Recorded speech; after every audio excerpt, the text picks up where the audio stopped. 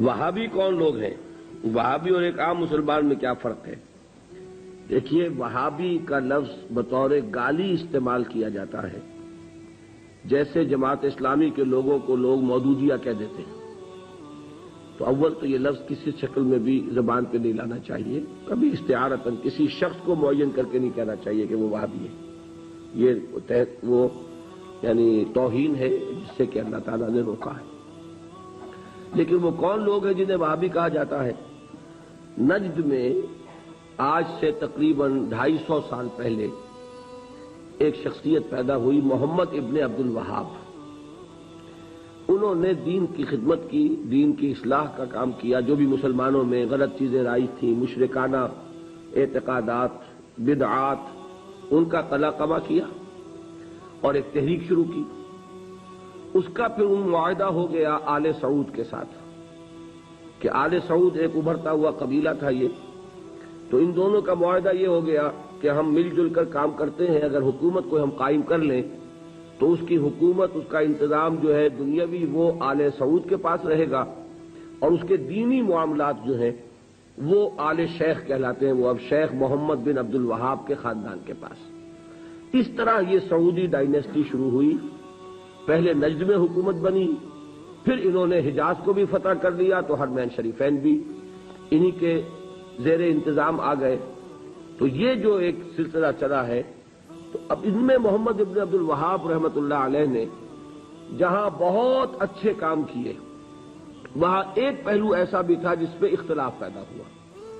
انہوں نے تصوف پر بڑی شدید تنقیدیں کی، اور اس میں کچھ میں سمجھتا ہوں کہ جیسا ہوتا ہے، کوئی جب بھی ریفارمر کھڑا ہوتا ہے، کوئی مصلح، تو جذبات میں آ کر بعض اوقات سخت باتیں بھی کہہ دیتا ہے، تو اس طرح کی کچھ باتیں بھی انہوں نے فرمائی ہیں۔ اس کا رد عمل ہندوستان میں خاص طور پر ہوا، اور انگریز نے وہاں پر جو شہیدین کی تحریک تھی، شاہ اسماعیل شہید اور سید احمد بریلوی رحمۃ اللہ علیہ، ان کی جو تحریک تھی، اس کو بدنام کرنے کے لیے یہ کہہ دیا کہ یہ انہی وہابیوں کے پیروکار ہیں، اور ہمارے ہاں بعض علماء نے پھر ان کی مخالفت اسی وجہ سے کی اور فتوے دیے ان کے خلاف۔ تو اب یہ لفظ جو ہمارے ہاں بریلوی مکتب فکر کہلاتا ہے، اس کی سب سے بڑے گالی ہے جو وہ دے دیتا ہے۔ وہ دیوبندیوں کو بھی وہابی کہہ دیں گے، وہ تو اب گالی دینے کی بات ہوئی نا، تو گالی دینی ہے تو دے دو جو چاہے۔ حالانکہ دیوبندی مکتب فکر کے علماء محمد ابن عبد الوہاب کی ہر بات کو نہیں مانتے، بلکہ وہ خود بھی تنقیدیں کرتے ہیں ان پر کہ ان معاملات میں انہوں نے حد اعتدال سے تجاوز کیا ہے۔ میں اس وقت فیصلہ نہیں کر رہا کون سی بات اور صحیح ہے یا نہیں ہے، میں صرف بات آپ کو بتا رہا ہوں کہ دیوبندی علماء کو بھی ان سے کچھ اختلافات ہیں۔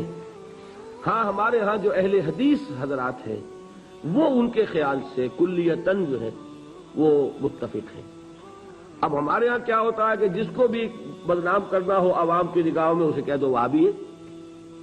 اس کا ایک لطیفہ بھی بیان ہوتا ہے، جبکہ ہندو بھی تھے، اور ہمارے پاکستان میں کہتے ہیں کہ ایک جگہ پر کوئی بنیا تھا، وہ مولوی صاحب جو تھے وہ اس سے سودا لیتے رہتے تھے قرض پر۔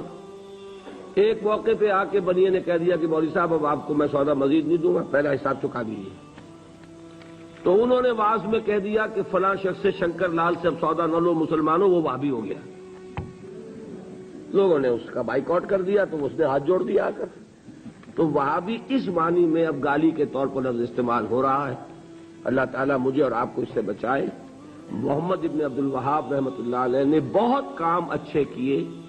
اس عرب میں بھی بہت شرک ہو رہا تھا، قبر پرستی ہو رہی تھی، یہاں تک کہ جو یمن سے حاجی آتے تھے، طائف سے گزرتے ہوئے حضرت عبداللہ ابن عباس کی قبر چونکہ طائف میں ہے، پہلے اس کا طواف کرتے تھے، پھر جاتے تھے خانہ کعبہ کی طرف۔ تو انہوں نے ان تمام چیزوں کو ختم کیا ہے، اور ابھی تک تو انہی کے اثرات تھے اصل میں کہ جو سعودی عرب میں چل رہے ہیں۔ اب جو نئی نسل ابھر آئی ہے تو وہ آل شیخ کا عمل دخل جو ہے وہاں بہت کم ہو گیا ہے۔